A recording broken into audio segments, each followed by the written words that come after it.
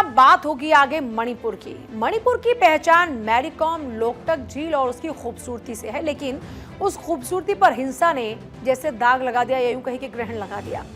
पिछले करीबन 500 दिन से मणिपुर में अशांति का माहौल है। नॉर्थ ईस्ट का ये राज्य रह रहकर सुलग रहा है। शांति बहाली को लेकर केंद्र से लेकर राज्य सरकार जुटी हुई है। केंद्रीय गृह मंत्री अमित शाह बताते हैं कि मणिपुर में स्थायी शांति को लेकर सभी तरह की कोशिशें जारी हैं। स्थायी शांति के लिए मैतेई और कुकी दोनों ही समुदायों से बातचीत जारी है और घुसपैठ रोकने के लिए म्यांमार से लगती देश की सीमा पर बाड़ लगाना भी शुरू कर दिया गया है। देखिए, जहां तक मणिपुर का सवाल है, 100 दिन में हमने जो ये घटनाओं का मूल है, भारत म्यांमार सीमा, इसका फेंसिंग शुरू कर दिया है।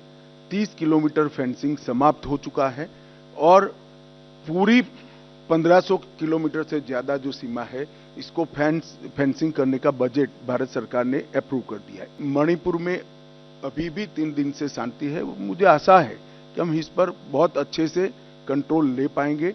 स्थानीय दोनों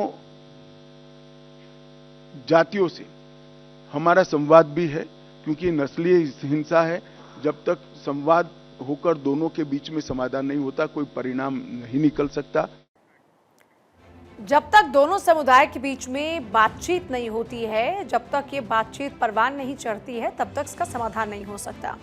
लेकिन इसके साथ साथ केंद्र सरकार की ओर से जो उठाए कदम हैं, उनका जिक्र भी वो करते हैं और बताते हैं कि मणिपुर को लेकर सरकार ने कई कदम उठाए हैं ताकि पिछले करीब 1.5 साल से जारी अशांति पर पूर्ण विराम लगाया जा सके।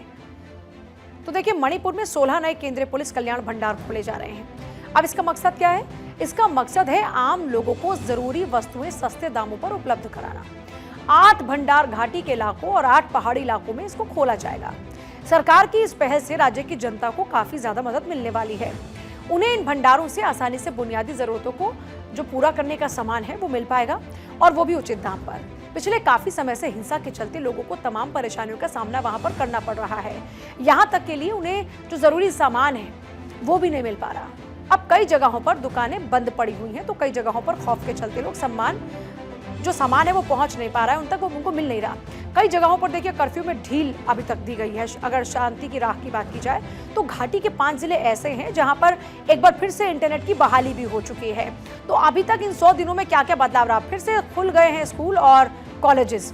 अब 10 सितंबर को घाटी के 5 जिलों में इंटरनेट जो बैन किया गया था, उनमें इम्फाल, पश्चिम इम्फालपुर, थौबल, बिष्णुपुर और काकचिन में मोबाइल इंटरनेट बैन था।